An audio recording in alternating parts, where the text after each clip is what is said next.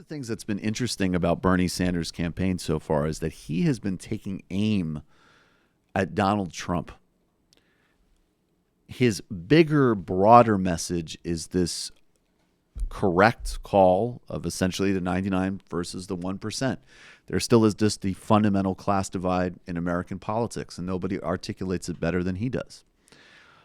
And he specifically talks about the CEOs of insurance companies. He talks about Amazon. He talks about where the money is going, who it's getting taken from in the forms of people's wages and lives to pay off and endlessly self-enrich America's oligarchic class.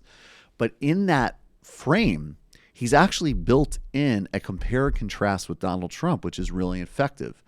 And one of the signs that in some key respects he is the Democratic frontrunner is that he is the first person that's actually put consistently Trump front and center. Of course, everybody doesn't like Trump, and they've all taken their shots at Trump.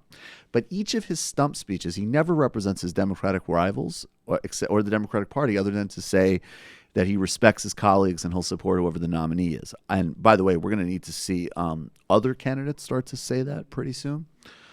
But he goes right after Trump. And so here is a video. It's a mashup of a great Bernie rally in Nevada. I'd go to Bernie's site and watch these rallies. His speeches are it's nothing you wouldn't expect, but they're increasingly good. But also he's bringing up local anti-gentrification activists. He's bringing up people talking about healthcare. He's bringing up people talking about student loans. He's bringing up people talking about, structural racism, as well as his own personal history, which is, of course, really important. And it's great people like Nina Turner, but also people that you haven't heard, or Ro Khanna, but it's also local activists that you haven't heard from before. So I'd watch some of these rallies. But this video is a mashup of Bernie in Nevada and talking very specifically about all of Trump's lies on things like Medicare and Social Security. And this is really quite effective.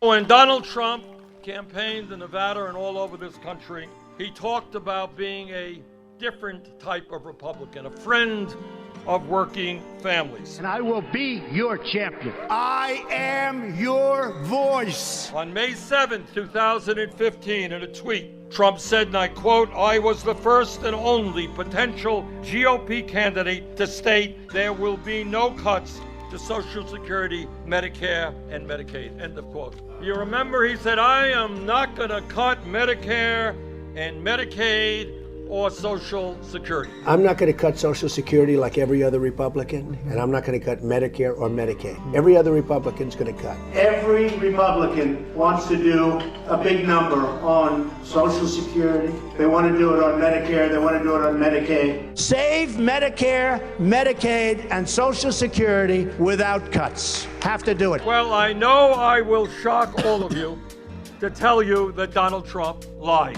And that's really how I won the election in the first place. Donald Trump told the American people he was not going to cut Medicare, Medicaid, and Social Security. I am going to protect and save your Social Security and your Medicare. We'll be defending your Social Security, which the Democrats will destroy. Fast forward to the budget that Trump introduced just last week. That budget calls for a cut of $1.5 trillion in Medicaid, $845 billion in cuts to Medicare, and $25 billion in cuts to Social Security. And you know what a $845 billion cut to Medicare means? It means for those seniors who are struggling with health care today, it's only going to be worse. You can't get rid of Medicare. You know, Medicare is a program that works. You don't get rid of Medicare. You can't do that. People love Medicare, and it's unfair to them. During the campaign,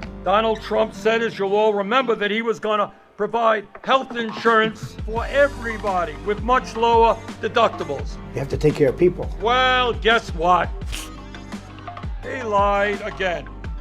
The budget that he just presented would end the Affordable Care Act, throw 32 million people off of the health insurance they have.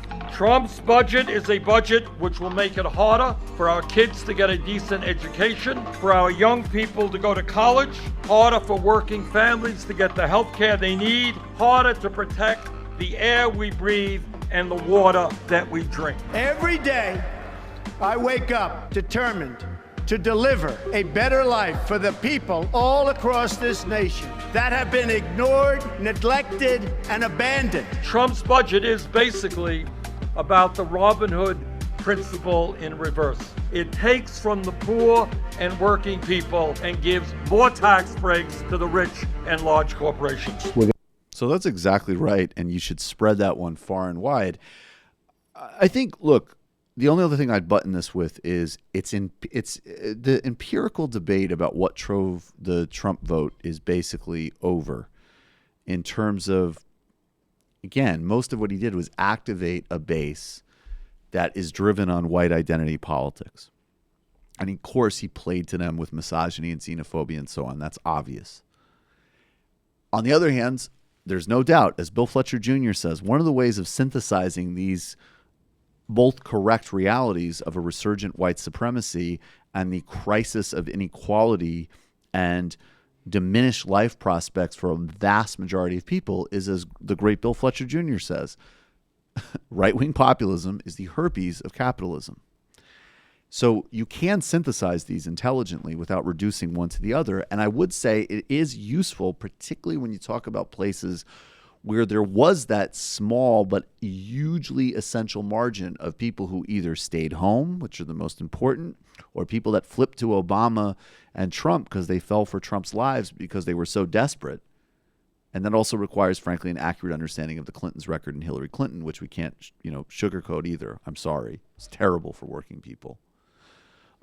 But you can be reminded there that Trump was relentlessly lying and hustling. And one of the reasons the two reasons that this show called Trump well in the primary, we were wrong on the general, but we knew Trump would do well in the primary was because he did racism without subtext, and also because he said everybody gets health care and Medicare for all. Because there are no people in this country, there's no normal person that has David Frum politics, that thinks, overt racism is tasteless, but wants themselves to be poorer so a rich person get a tax cut. Nobody has that politics. There were plenty of people who were accurately, legitimately left behind, neglected, abused, 100%, and also had xenophobic sentiments. And he played to both of them. That's reality. Here's a hot take. I think that was a much bigger or more worrying fraud against democracy, the way Trump lied about this stuff, than anything to do with Russia and emails. Of course. 100%.